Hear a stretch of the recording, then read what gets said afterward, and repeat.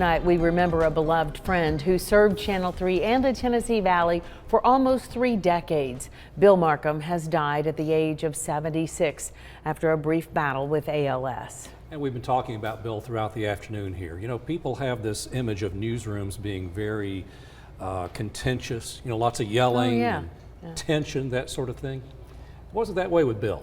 He set a tone where we all got along, we all worked and played well together, and that's the reason we're remembering him fondly tonight. And many of you are sharing your memories of Bill as well.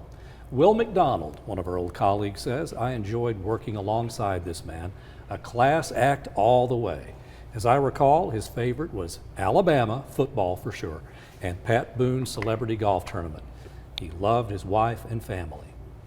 That is so true. Jess Young writes, "On behalf of every Bethel kid, past and present, thank you for loving us. Your willingness to serve is the quintessential definition of ministry." And this from Becky McKinney. "So sad.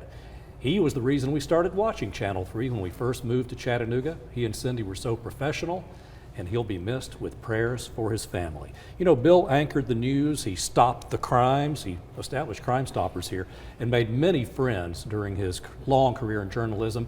And Channel 3 was his final stop, wrapping up a brilliant career.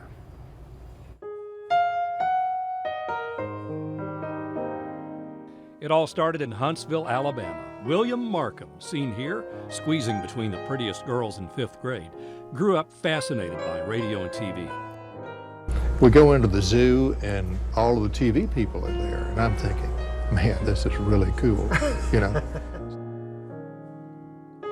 He started out with radio jobs in the small Alabama towns of Albertville and Gunnersville before moving up to Montgomery, where he was asked to fill in for the local TV news anchor.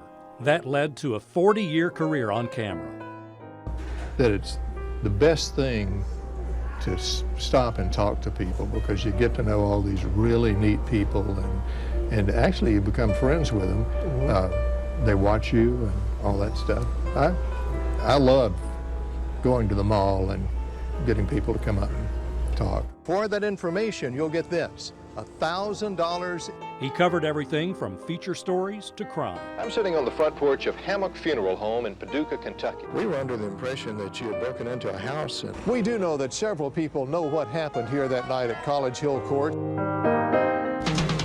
Now, from the heart of the Tennessee Valley. Bill had worked with Cindy Sexton in Huntsville, Alabama in the early 1980s.